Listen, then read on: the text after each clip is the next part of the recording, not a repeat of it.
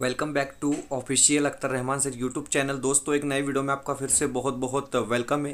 टप्पा वार्ड के संदर्भ में जो अपडेट आई है वो भरत जामनिक सर आपको यहाँ पर बता रहे हैं दोस्तों कि टप्पा वार्ड कब तक हो सकता है, संच मान्यता किस तरीके से होने वाली है और साथ ही साथ संच मान्यता किस लिए ज़रूरी है, ये तमाम चीज़ें जो है डिटेल में सर आपको यहाँ पर बता रहे हैं दोस्तों। और साथ ही साथ शिक्षण मंत्री से मुलाकात होने के बाद उन्होंने टप्पा वार्ड को लेकर मतलब 14 अक्टूबर 2024 का जो शासन निर्णय था उसको लेकर उन्होंने क्या कहा है, टप्पा वार्ड की तरतूत को लेकर क्या कहा है और एग्जैक्ट आपको पेमेंट कब तक मिलने वाला है, संच मान्यता आना किस लिए ज़रूरी है और संच मान्यता आने के बाद ही अनुदान का जो आदेश है वो दिया जाएगा। दोस्तों, ये तमाम चीज़ों के बारे में डिटेल में मालूमात आपको सर इस वीडियो के माध्यम से दे रहे हैं, तो आप तफसील से जो है इसको सुनेंगे, ध्यान से सुनेंगे और एक एक चीज़ को आप समझेंगे और टप्पा वार्ड को लेकर जो आगे प्रोसेस होने वाली है वो तमाम प्रोसेस आपको इस वीडियो के माध्यम से समझ जाएंगे। दोस्तों, वीडियो में आगे बढ़ने से पहले चैनल पे नए हो तो प्लीज़ चैनल को सब्सक्राइब कीजिए, साथ ही साथ बेल नोटिफिकेशन को ऑन कीजिए ताकि आपको आने वाले वीडियोस की नोटिफिकेशन जो है आसानी से मिल पाए।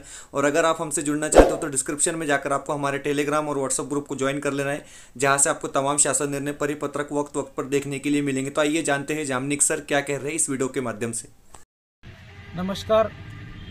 महाराष्ट्रातील तमाम विना तथा अंशतः अनुदानित शिक्षक बंधू भगिनींनो, मी प्राध्यापक भारत जामनिक बऱ्याच दिवसानंतर बऱ्याच महिन्यानंतर आजचा हा महत्त्वपूर्ण व्हिडिओ तुम्हाला टाकतो। तो गांभीर्याने तुम्ही समजून घ्यावा आणि पुढची दिशा ठरवावी।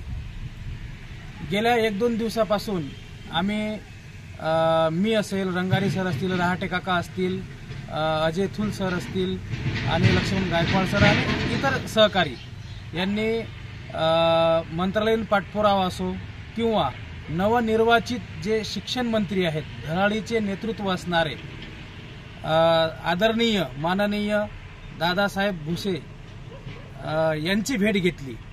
तर या सर्व भेटीचा मागचा एक हेतू होता की 14 ऑक्टोबरला जो काही शासन निर्णय झाला त्याची अंमलबजावणी लवकर व्हावी पगारामध्ये, आणि म्हणून अनेक शंका कुशंका संभ्रम शिक्षकांच्या मनामध्ये होता। आणि दुसरा होता मुद्दा संच मान्यतेचा, आणि तिसरा कमी पटसंख्या आणि इतर काही अनेक शिक्षकांचे प्रश्न।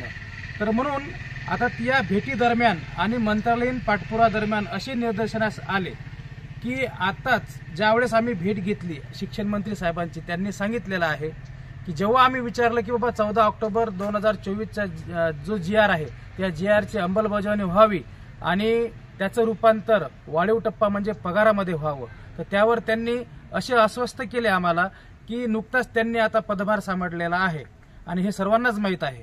आणि म्हणून आता हा जो काही निर्णय हा आर्थिक असल्यामुळे याच्यावर वरिष्ठांशी बोलून आणि स्वतंत्र अशी बैठक लावून याच्यावर नक्कीच मार्ग काढू असे त्यांनी आम्हाला आश्वस्त केले। आणि त्यानंतर आदरणीय ज्ञानेश्वर म्हात्रे सरांच्याच माध्यमातून शिक्षण मंत्री साहेबांची सुद्धा भेट झाली आणि आदरणीय ज्ञानेश्वर म्हात्रे साहेबांच्याच माध्यमातून आम्ही मंत्रालयीन पाठपुरावा केला। तर मंत्रालयीन पाठपुराव्यामध्ये आम्ही जे काही पेंडिंग थकीत बिलं होते आणि जे काही पगाराविना थांबलेले शिक्षक होते आणि पुढेही त्यांचा निधी लवकर मिळावा यासाठी पाठपुरावा केला असता तिथे लक्षात आलं की कालच म्हणजे 6 तारखेला आपली अर्थविभागात फाईल गेलेली आहे, ती मंजूर सुद्धा झालेली आहे आणि ती आता प्रोसेसमधून 2-3 दिवसात ही प्रोसेस पूर्ण करून लवकरच काही पेंडिंग निधी आणि काही हा मागचा निधी लवकरच पगार आपल्या खात्यावर पडणार। आता शंका कुशंका अशी वाटते की आता वाढीव टप्प्याचं काय, तर शिक्षक बंधू भगिनींनो, एकच माझं असं मत आहे की एकच लक्षात असू द्या की रडल्यापेक्षा कधीही लढलेलं बरं, म्हणून आम्ही तेच काम करतोय।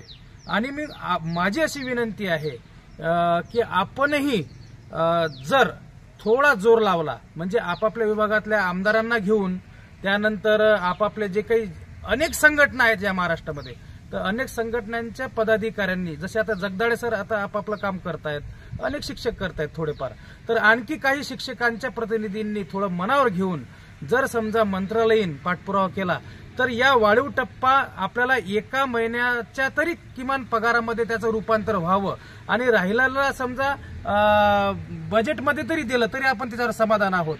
आणि म्हणून एखाद्या महिन्याचा पगार आपल्याला वाढीव टप्प्याचा मिळावा यासाठी एक गांभीर्याने लक्षात घ्या की यावर आपले जे पालकत्व स्वीकारणारे, महाराष्ट्राचे पालकत्व स्वीकारणारे, धडाडीचे नेतृत्व असणारे आदरणीय माननीय मुख्यमंत्री साहेब देवेंद्र फडणवीस साहेब व दोन्हीही उपमुख्यमंत्री म्हणजे एकनाथ शिंदे साहेब असो किंवा अजितदादा पवार साहेब असो, तर यांच्यापर्यंत आपल्याला जाणे गरजेचं आहे।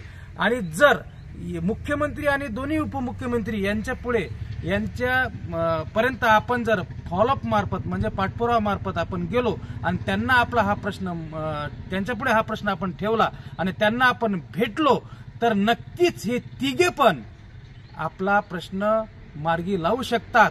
अशक्य काहीच नाही, गांभीर्याने लक्ष घ्या, अशक्य काहीच नाही।